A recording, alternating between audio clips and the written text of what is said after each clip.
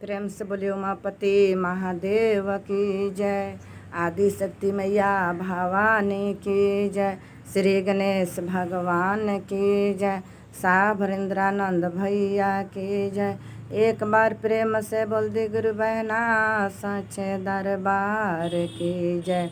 हर हर महादेव, हर हर महादेव। देखिए भैया दीदी, एगो सावन के महीना पर शिव कथा लेके आइल बनी। यह सावन के महीना रहे। यही सावन के महीना में एगो राजा के घरे महादेव जी गई रहनी भिक्षा मांगे। तो कैसे राजा भिक्षा देता रहे ना का करता रहे। आई चली शिव के ओर। अब कथा के माध्यम से बा देखी कितना सुंदर कथा बा, कितना दर्द भरी कथा बा। ये महादेव जी जब जातनी तो राजा के तरह से भिक्षा देता रहे। एगो राजा रहलन, बहुत बड़ा उनका राजपाट रहे भैया दीदी। बहुत अन्न धन के खजाना के बढ़ंती रहे। अपना राजपाट में बहुत कुछ करस, सबका के जान मान करस, सब कुछ करस। लेकिन कोई भिक्षार के अपना दुआरी पर से भर के ना जाए देश, वो लोग के खाली भगा देश। कहीं भीख मांगा लोग के दान उपदान ना करस। यही तरह से करत करत करत करत बहुत समय बीत गए। जब बहुत समय बीत गए भैया दीदी, तो देखी जे भीख मांगा यहाँ से जाए महादेव जी के दरबार में जे जाए, उ कहे जे हे महादेव जी, एगो राजा बाड़न, हमने के एको दाना भिक्षा ना देलेन, खाली रोवत उनका दुआरी पर से हमनी के लौट के चलल बानी सन। आ खालिए रोवत चलने से लेकिन उनकर दिल ना पसीजेला, उनका अंदर ममता ना उमड़ेला, कबो हमनी के खालिए चलने सन। यही तरह से देखी भैया दीदी, महादेव जी सुनत सुनत सुनत सुनत बहुत समय बीत गई। रानी उनकर बड़ा लक्ष्मी पाता रहली। कितनो रानी कहस कि केहू भीख मांगा के रउआ मत लौटाई, कोई भीख मांगा के रउआ मत लौटाई, जौने होके तौने रउआ कुछ दे दी। हमरा के कहती तो हम ही दे देती, लेकिन रउरा लौटा देतानी, ये अच्छा नहीं खे होकर। आ रानी उनका से बड़ी डरास। जब रानी कुछ कहस तो राजा कह जे तू औरत हऊ, तू महल में रह, तू बाहर निकले के कोशिश मत कर।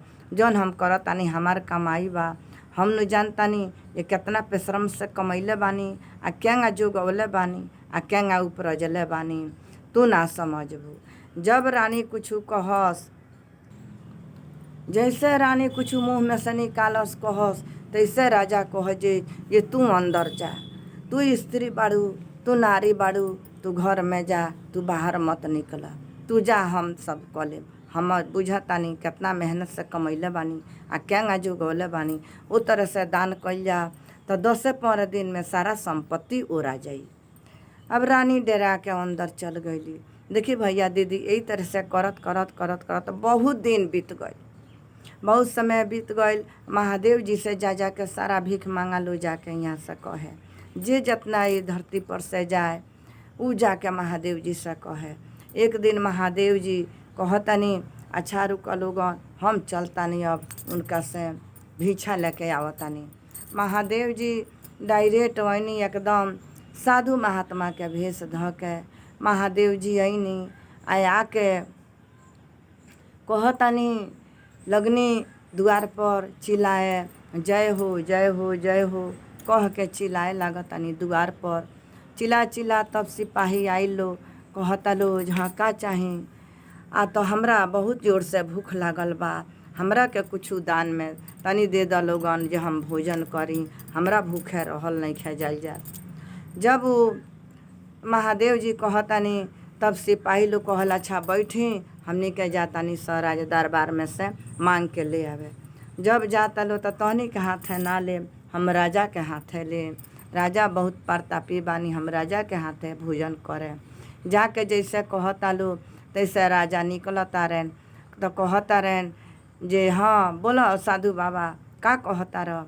आ तो ए बाबू हमरा बहुत जोर से भूख लागल बा, तनी हमरा के कुछ भोजन करा दो, बुझाता हमारे प्राण निकल जाई। बहुत दूर से हम आइल बानी, कहीं हमरा नहीं खे मिलल, हमरा के तनी से तू भोजन करा द।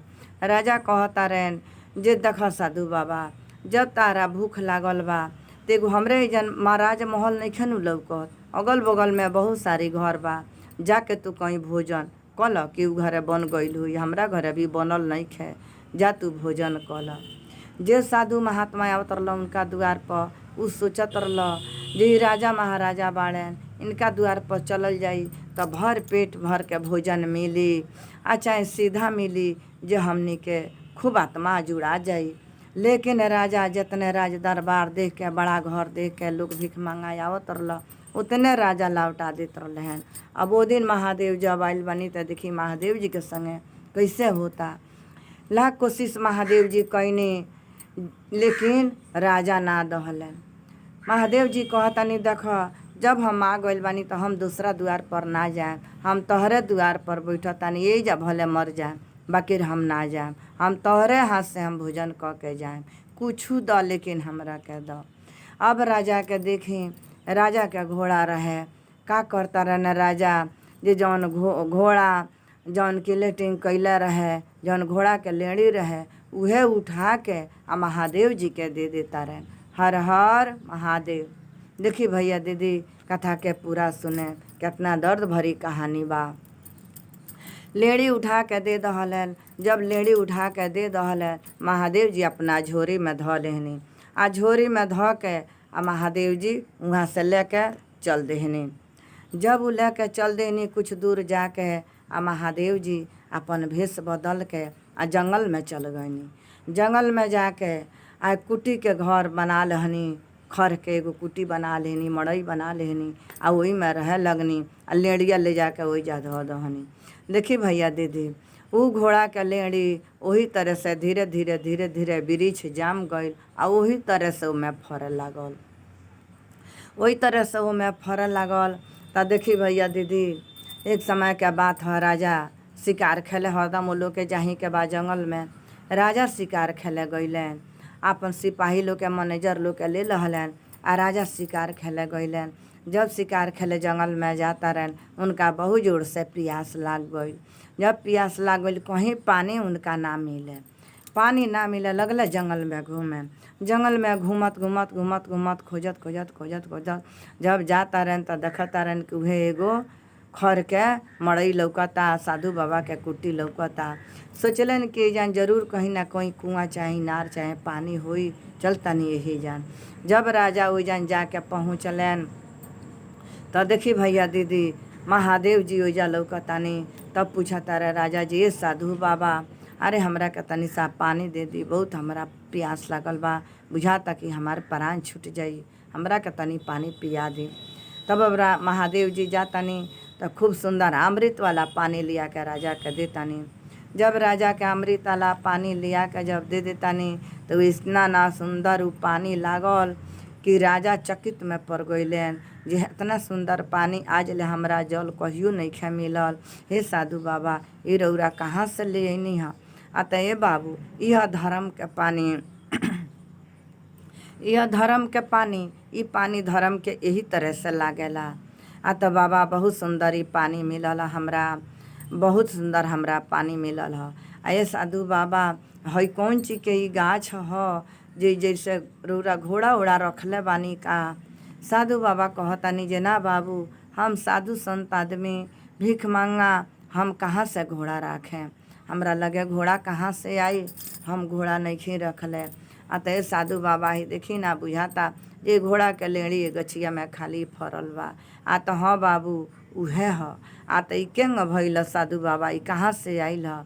आ तो देख, हम गई रहनी एगो देश में, एगो राजा की हैं, राजा की हैं जब हम गई रहनी भिक्षा मांगे, हमरा भूखे रहल ना जाइल जात रहे, तो उ राजा हमरा के न चाउर न गहूँ न बसिया अनाज, जूठो अनाज हमरा के ना दहले, घोड़ा के लेड़ी उठा के हमरा के दे दहले। हम अपना झोरी में धल हनी आ उहे ले आके जन उझिल दहनी। तो यही तरह से उ हो गइल बा। अब हम नहीं जानत जे ई का ह आ का होई।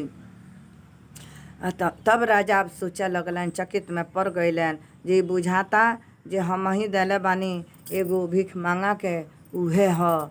तब राजा से करलन, जे साधु बाबा, एगो साधु बाबा गई रहे लो तो हमहू उठा के हम घोड़ा के लेड़ी दे दिले बानी, आकि रौरे ना हई। तब कहता रे महादेव जी जे हाँ बाबू हम ही हई, इहे दे पेड़ जामल बा, उहे लिया के हम धैले बानी। हम कितना समझौनी तहरा के, लेकिन तू ना मनल, हमारा के उहे लिया के दे दहल। रानी तहर कितना कोशिश कैली, जरे साधु महात्मा बैठल बानी, ते राजा साहब रौरा ना देम त हमरा के दे देवे दी, जे हम कुछ ले जाके दे दी, बाकी तू ना देवे दहल। त ई जौन भइल बा ती काहे खातिर जामल बा, आ त ई जामल बा जे जवन दान करेला उहे ओकरा ओजोनी में भोजन करे के मिलेला। वही से ही बड़ा भइल जाता। जहिया तू मरब तैया इहे तारा भोजन करे के मिली, जैसे कि तू हमरा के देले बड़ा। जब ये बात राजा सुनता रहन तो साधु बाबा समझ के गोड़ पर गिर गइलन। गोड़ पर गिर गइलन आ गोड़ पर गिर के कहता रहन जे हे साधु बाबा, रउआ महादेव जी के वंश बानी, रउरा बस में महादेव जी बानी। हमरा खातिर हम रउआ जानतानी जे रउरा महादेव जी हई। हमरा गलती के क्षमा करी, आई पाप कटित होके के कौनो उपाय बताई। महादेव जी कहतानी जे बाबू एकर कौनो उपाय नहीं है। जब तू ए तरह से दिल बड़ा तो तहरा ई भोजन करे के मिली त मिली। अब ओइजा गोड़ ध के रोए लगलन, माफ़ी मांगे लगलन जे हमरा से बहुत ऐसन गलती भइल बा। हे महादेव जी, अब हमरा के क्षमा कर दी। अब हम चलतानी अपना राजमहल में, तो साधु संत लोग के भीख मांगा लोग के भंडारा चलाएं आ हम भोजन कराएं कह के। आ तब गुरुजी से देखी छोटा सा भजन बा, कैसे विनती क के रो रो के कहता रहन, गुरुजी गुरुजी भोला जी भोला जी,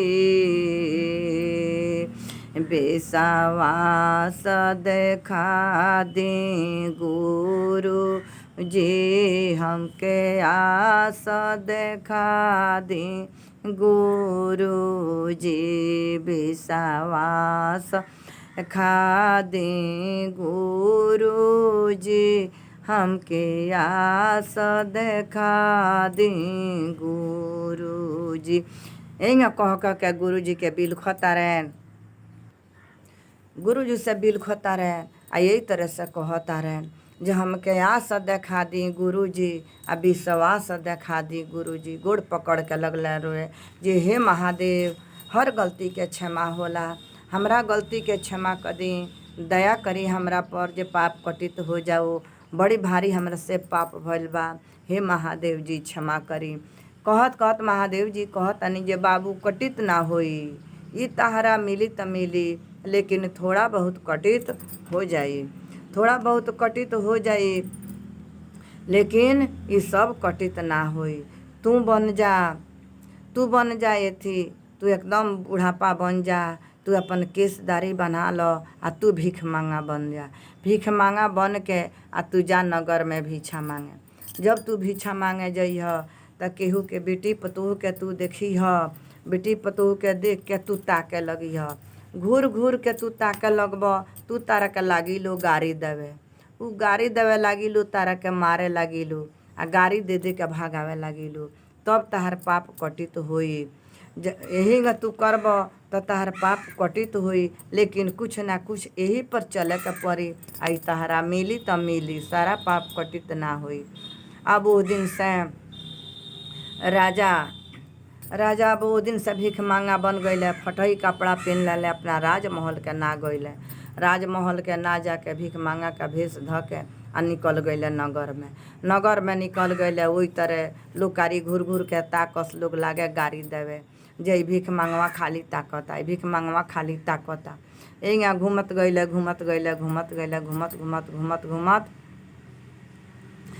घूम के जब बहुत दिन बीत गईल, जब महादेव जी के दुआरी पर फिर अइले, अपना राज के ना गईले।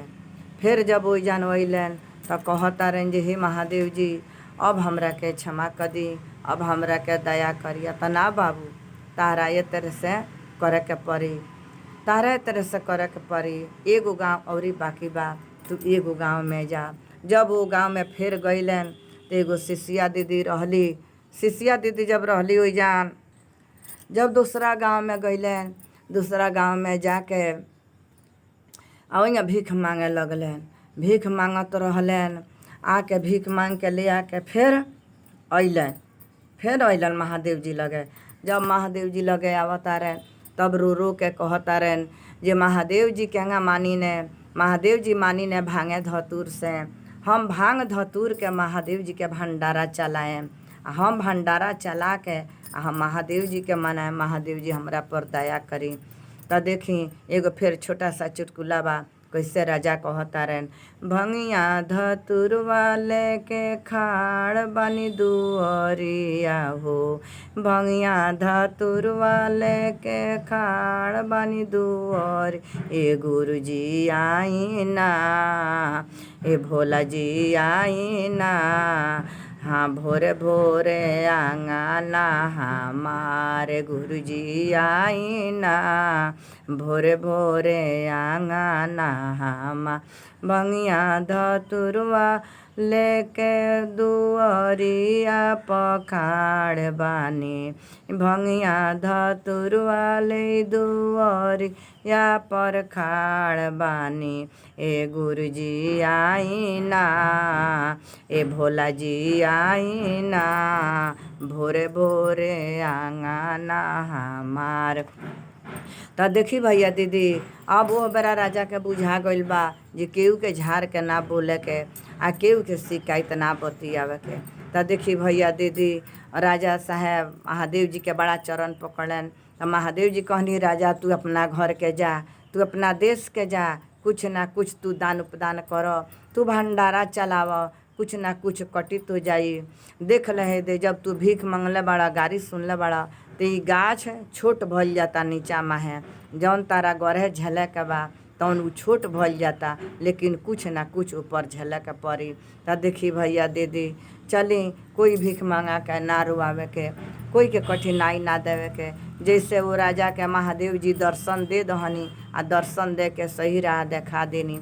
जे भैया दीदी कथा के सुनी महादेव जी सबका के दर्शन दी, सबकर दुख के सही राह देखाई, सबका के ज्ञान दी। प्रेम से बोले उमापति महादेव की जय, आदि शक्ति मैया भवानी की जय। हर हर महादेव।